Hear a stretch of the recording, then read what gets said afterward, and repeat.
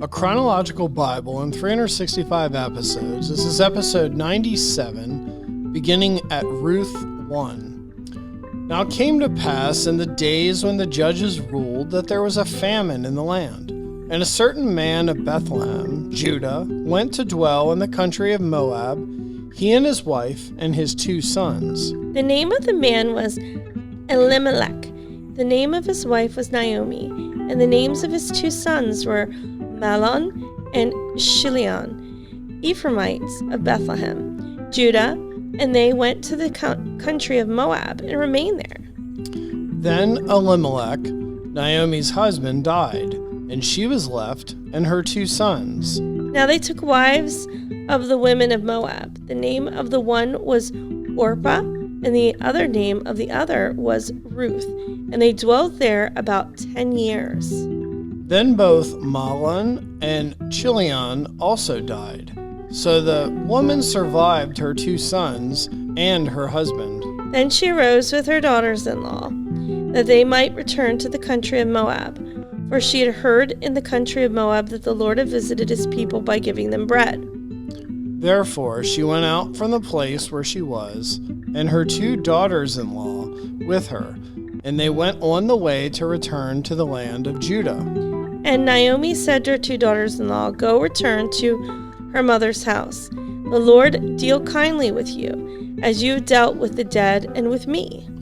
The Lord grant that you may find rest, each in the house of her husband. Then she kissed them, and they lifted up their voices and wept. And they said to her, Surely we will return with you to your people. But Naomi said, Turn back, my daughters. Why will you go with me? Are there still sons in my womb, that they may be your husbands? Turn back, my daughters. Go, for I am too old to have a husband. If I should say I have hope, if I should have a husband tonight, and should also bear sons. Would you wait for them till they were grown? Would you restrain yourselves from having husbands? No, my daughters, for it grieves me very much for your sakes that the hand of the Lord has gone out against me. Then they lifted up their voices and wept again, and Orpah kissed her mother-in-law, but Ruth clung to her. And she said, Look, your sister-in-law has gone back to her people and to her gods. Return after your sister-in-law. But Ruth said, Entreat me not to leave you, or to turn back from following after you. For wherever you go, I will go. Wherever you lodge, I will lodge. Your people shall be my people, and your God, my God. Where you die, I will die, and there will I be buried. The Lord do so to me, and more also, if anything but death parts you and me.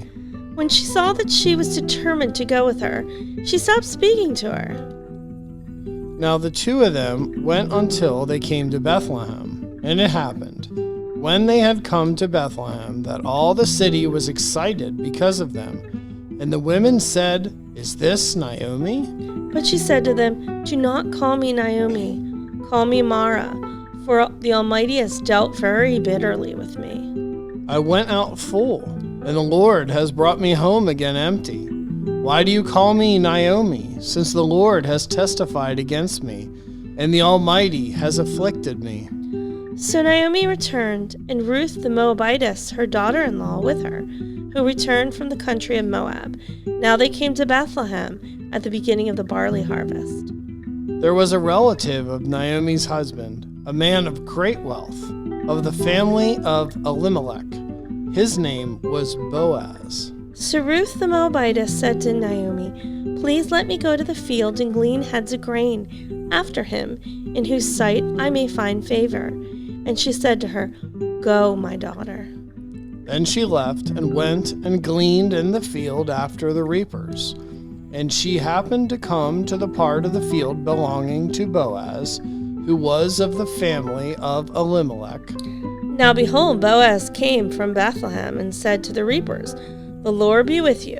And they answered him, The Lord bless you.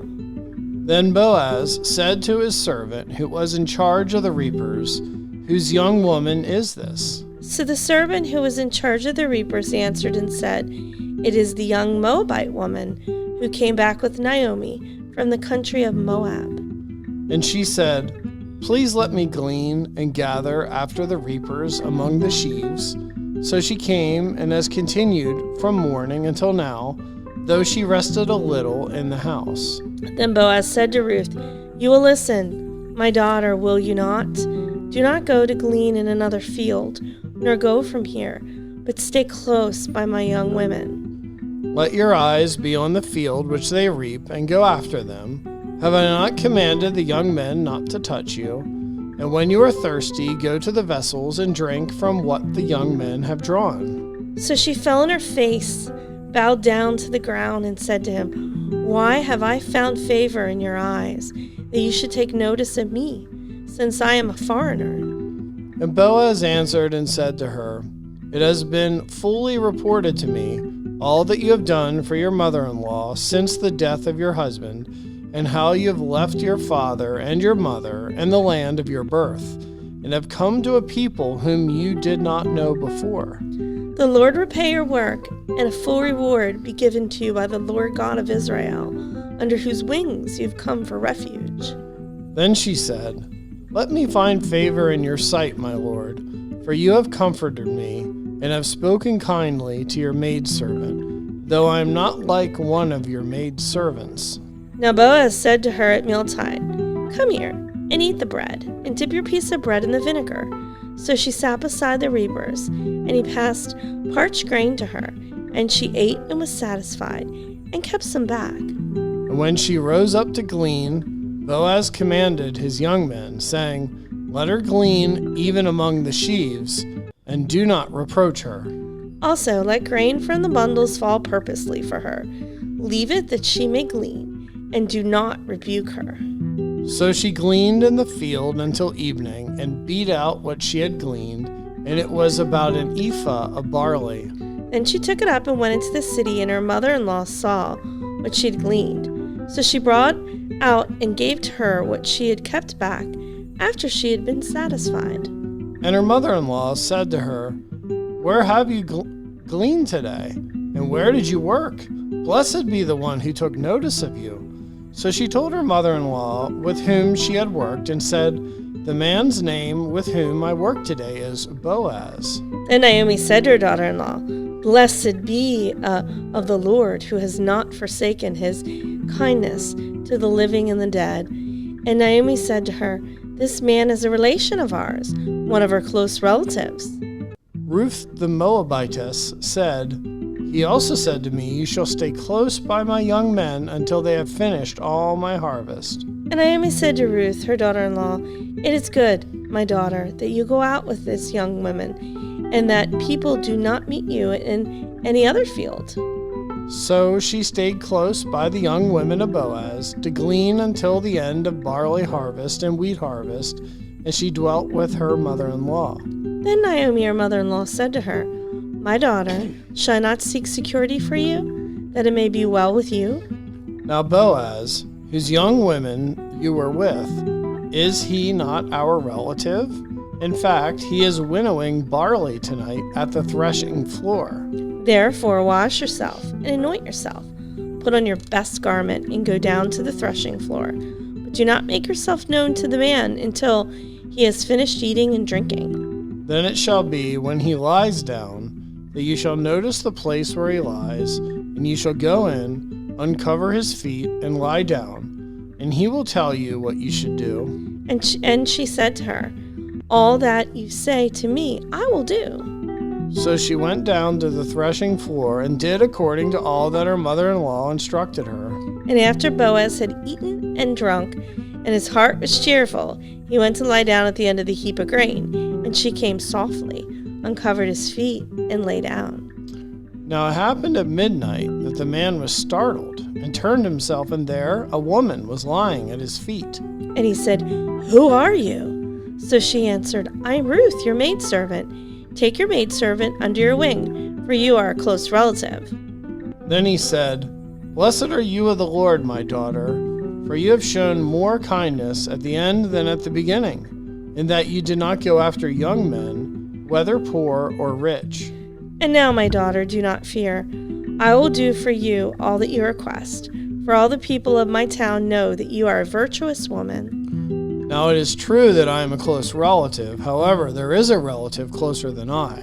Stay this night, and in the morning it shall be that if he will perform the duty of a close relative for you, good. Let him do it. But if he does not want to perform the duty for you, then I will perform the duty for you.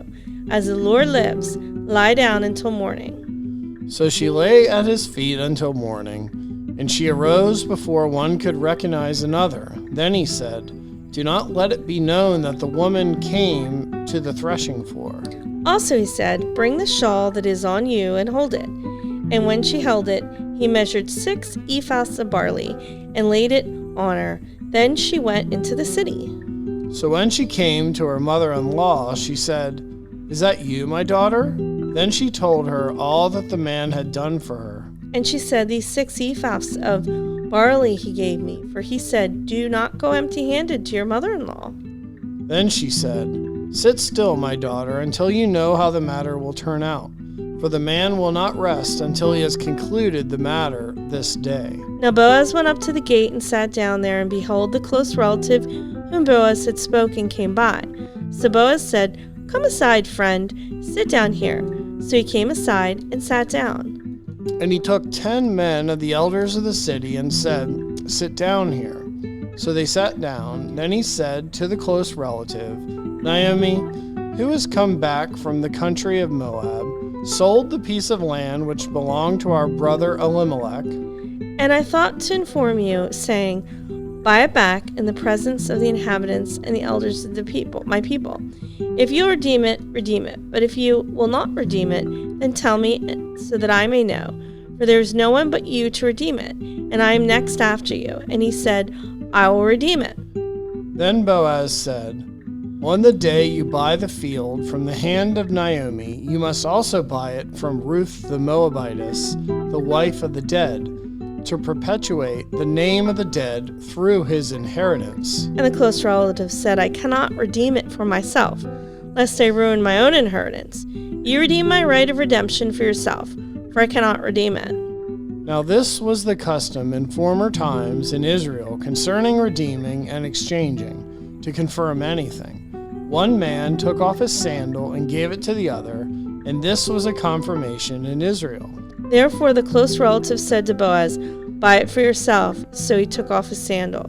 And Boaz said to the elders and all the people, "You are witnesses this day that I have bought all that was Elimelech's, and all that was Chilion's and Mahlon's, from the hand of Naomi. Moreover, Ruth the Moabitess, the widow of Mahlon, I have required as my wife, to perpetuate the name of the dead through his inheritance, that the name of the dead may not be cut off from among the brethren, and from his position at the gate. You are witnesses this day." And all the people who were at the gate and the elders said, "We are witnesses. The Lord make the woman who is coming to your house like Rachel and Leah, the two who built the house of Israel. And may you prosper in Ephrathah and be famous in Bethlehem. May your house be like the house of Perez, who Tamar bore to Judah, because of the offspring which the Lord will give you from this young widow," or woman. You're listening to One Gospel with Heath and Holly. Be sure to like our videos and subscribe.